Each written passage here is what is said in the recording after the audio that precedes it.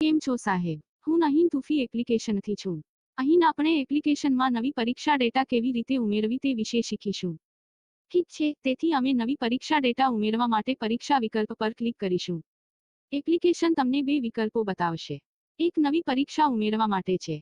બીજી પરીક્ષા જુઓ છે. અહીં આપણે નવી પરીક્ષા ડેટા ઉમેરવા માંગીએ છીએ, તેથી અમે નવી પરીક્ષા ઉમેરવા પર ક્લિક કરીશું. આ એપ્લિકેશન પછી તમને બધી વિદ્યાર્થીઓની સૂચિ બતાવશે. તમને સ્ક્રીનની ટોચ પર એડ બટન મળશે. જ્યારે તમે એડ બટન એપ્લિકેશન પર ક્લિક કરો ત્યારે તમને કોઈપણ બેચ પસંદ કરવાનું કહેશે. નવી પરીક્ષા ડેટા ઉમેરવા માટે તમારી બેચ પસંદ કરો અને ક્લિક કરો. નવી પરીક્ષા ઉમેરો.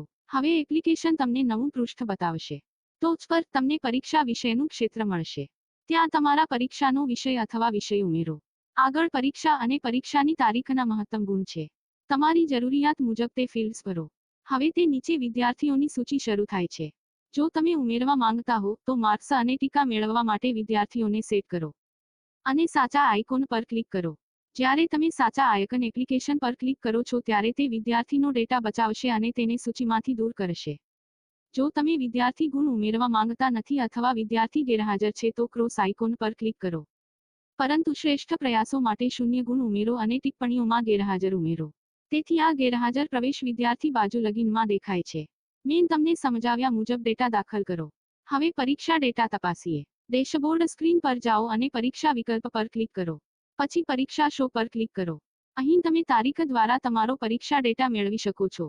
પરીક્ષાની તારીખ પર જાઓ અને એપ્લિકેશન પરીક્ષાના ડેટાની સૂચિ બનાવશે. જો તમે પરીક્ષાના ડેટામાં ફેરફાર કરવા માંગતા હો તો પછી તમે જે પરીક્ષામાં ફેરફાર કરવા માંગો છો તેના પર ક્લિક કરો અને એપ્લિકેશન તમને સિંગલ પરીક્ષા ડેટા બતાવશે. ફેરફારો કરો અને પછી સાચવો ક્લિક કરો. ઉપરાંત તમે પરીક્ષાનો ડેટા અહીં ડેલેટઈ શકો છો અને તમે ટોચના મેનુ પર ક્લિક કરીને એકલ તારીખ પરીક્ષા અહેવાલ બનાવી શકો છો. એપ્લિકેશનમાં પરીક્ષાના વિકલ્પ વિશે આ બધું છે.